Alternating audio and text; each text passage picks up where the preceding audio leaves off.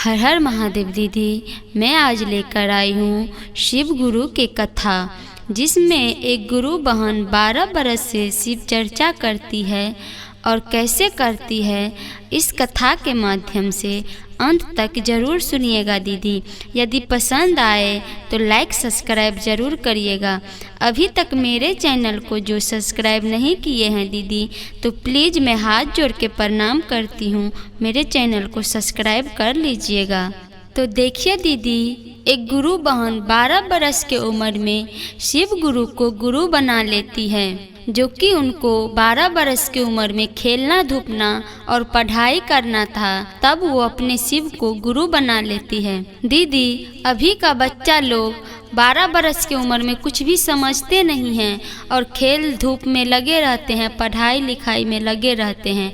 और वो गुरु बहन 12 ही बरस से शिव गुरु को अपने गुरु बना लेती है और हमेशा नमः शिवाय जपती रहती है। दीदी, तब उनके माता पिता कहते हैं, बेटी थोड़ा पढ़ लिख लोगी तो तुम्हें कुछ ज्ञान आ जाएगा और घर के कामराज भी कर लिया करो। जब मैं तुम्हारा शादी करूँगा तो तुम्हारे ससुराल वाले बोलेंगे, अरे कैसी माता पिता थे कि इनको खाना भी बनाना नहीं सिखाया, इनको तो जरा सा भी खाना बनाने नहीं आता है। तब तुमको बहुत दुख पहुँचेगा बेटी, मैं तुम्हारी भलाई के लिए कह रही हूँ।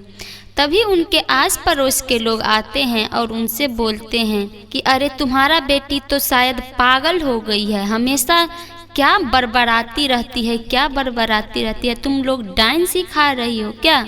तब वो बोलती है, मैं न डांस सीखती हूँ न कुछ, मैं अपने शिव गुरु में हमेशा लगी रहती हूँ। तब देखिए दीदी, वहाँ से उनके आस पड़ोस लोग बहुत ही ताना देते हुए, उनके माता पिता को बोलते हुए, झझकारते हुए वहाँ से चले जाते हैं।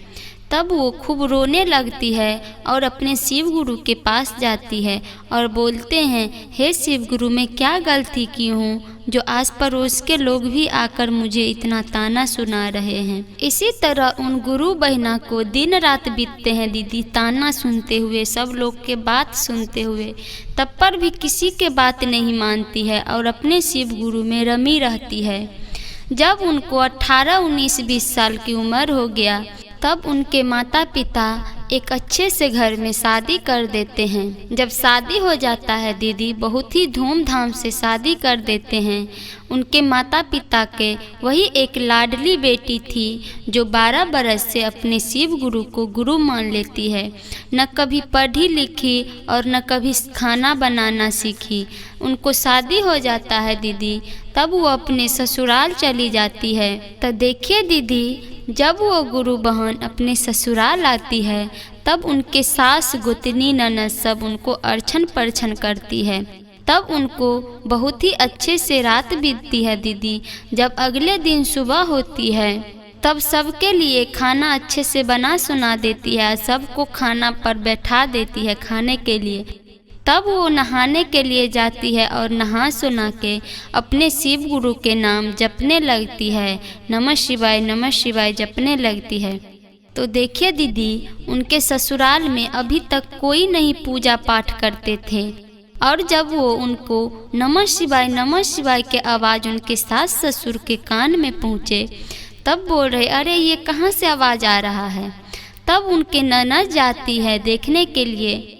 तब वो ननद अपने भाभी को देखती है नमः शिवाय करते हुए। तब बोलती है, अरे भाभी, ये आप क्या बड़बड़ा रही हो? तब बोलती है ननद से, ननद, मैं अपने शिव गुरु के पूजा पाठ करती हूँ और अपने शिव गुरु के नाम जप रही हूँ। तब वो वहाँ से आ जाती है और माता पिता जो खा रहे थे दीदी, तब वो अपने माता पिता को बोलती है, अरे भाभी तो कुछ बड़बड़ा रही है, नमः शिवाय कर रही है। इसी तरह दीदी रोज की तरह घर में खाना बनाकर सबको खिलाने पर बैठा देती है और चली जाती है। नहा सुना कर अपने शिव गुरु को पूजा करती है और शिव गुरु को नाम जपती रहती है। तब उनके सास ससुर को बर्दाश्त नहीं होता है, अरे ये मैं क्या सुन रहा हूँ, रोज रोज का नाटक हो गया है, रोज रोज बड़बड़ाती रहती है। तब उनके पति जाते हैं, बोलते हैं अपनी पत्नी से ये सब तुम क्यों नहीं छोड़ देती हो? मम्मी पापा को ये सब पसंद नहीं आता है, ये सब तुम छोड़ दो। तब वो अपने पति जी से बोलते हैं, हे पति जी, मैं क्या करूं? मैं बच्चे से शिव गुरु को गुरु मान ली हूँ। जब तक मेरा सांस चलेगा तब तक मैं अपने शिव गुरु को नाम जपती रहूँगी। आप लोगों को जो करना है वो करो। देखिए दीदी, उनके पति फिर मम्मी पापा के पास जाते हैं कहने के लिए। तभी उनके आस पड़ोस के लोग सब आते हैं और उन पे बहुत सारा बात बोलते हैं। अरे तुम्हारा बहुरिया शायद पागल हो गई है, हमेशा बड़बड़ाती रहती है या डांस सीख रही है। इतना बात बोल के उनके आस पड़ोस के लोग सब चले जाते हैं। तब देखिए दीदी, उनके ससुराल वाले सब डायन पागल बोलते हैं। उनके आस पड़ोस के लोग भी डायन पागल बोलते हैं। तब एक दिन दीदी, उनके देवर उनके पास जाते हैं और बोलते हैं, हे भाभी, तुम्हें तो सब पागल या डायन बोलते हैं, ये सब क्यों बोलते हैं भाभी? तब बोलते हैं, देवर जी, मैं अपने शिव गुरु को नाम जपती रहती हूँ, तब ये लोग मुझे डायन बोलती है। तो देखिए दीदी, वो गुरु बहन अपने देवर जी से क्या कहती है, देवर जी, मैं आपको परीक्षा लेती हूँ। जो आपको सुबह में कल आपको जो नज़र आएगा वो आप लेकर आ जाइएगा।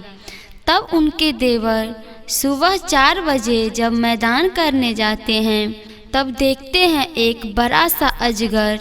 तब बोलते हैं, अरे मैं इसे कैसे ले जाऊंगा, वो तो मुझे कभी काट लेगा। तो तब उनको देखे दीदी, शिव गुरु के महिमा से उनको ये एक उपाय आता है। जब वो गमछा बिछाते हैं तो एक इच्छाधारी नाग बन जाते हैं। तब उनको घर लेकर वो कंधे पर लेते आते हैं। उसमें लपेट कर उनको ये लगता है कि मुझे छू भी लेगा तो काट लेगा, उसे उस तरह वो बांध कर ले आते हैं। जब ले आते हैं घर, तब उनके भैंसुर और उनके पति और उनके ससुर देखते हैं। तब देखते हैं ये तो सांप लेकर आया है। तब बोलते हैं, देवर जी, आप पिताजी से बोलिए कि हल जोतने के लिए जिस तरह से ये सांप घूमेगा उसी तरह आप लोगों को हल चलाना होगा। तो देखिए दीदी, जब वो अपने खेत में जाते हैं, 5 कट्ठा का शायद खेत रहता है, वो जोतने के लिए जाते हैं। जिधर जिधर सांप घूमते रहता है उधर उधर हल चला के उसमें मकोई छींटते हैं।